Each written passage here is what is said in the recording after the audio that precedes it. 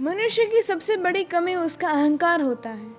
बड़ी ही अजीब बात है कि मनुष्य को ज़रा सी प्राप्ति होते ही वह अहंकारी हो जाता है।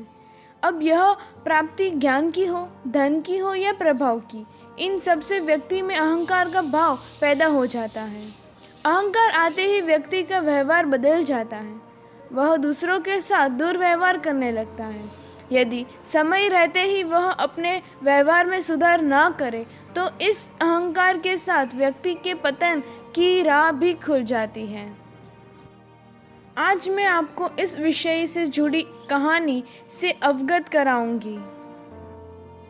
भीम, जो पांडवों में से एक थे, उनके पास 1000 हाथियों के बराबर बल था। भीम को वो बात अच्छे से पता थी और तो और उन्हें उस पर बहुत घमंड था।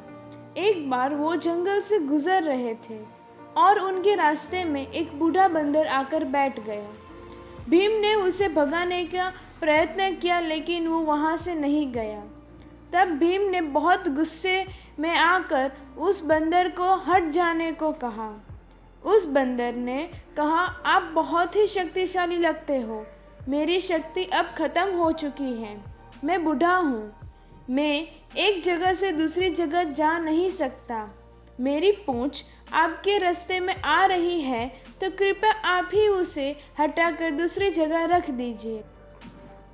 उस बंदर की बात सुनकर भीम बहुत ही गुस्सा हो गए और उसकी पूंछ हटाने का प्रयत्न उन्होंने अपनी पूरी शक्ति लगा दी, लेकिन उस बूढ़े बंदर की पूंछ नहीं हटा पाए और तो और उसे हिला भी नहीं पाए। वो समझ गए कि ये बंदर कोई साधारण बंदर नहीं है। उन्होंने तुरंत उनका परिचय मांगा। यह बात सुनकर वो बंदर परेशान हो गए और अपने असली रूप में आ गए। वो कोई और नहीं, खुद हनुमान जी थे और वो वहाँ भीम का घमंड तोड़ने आए थे।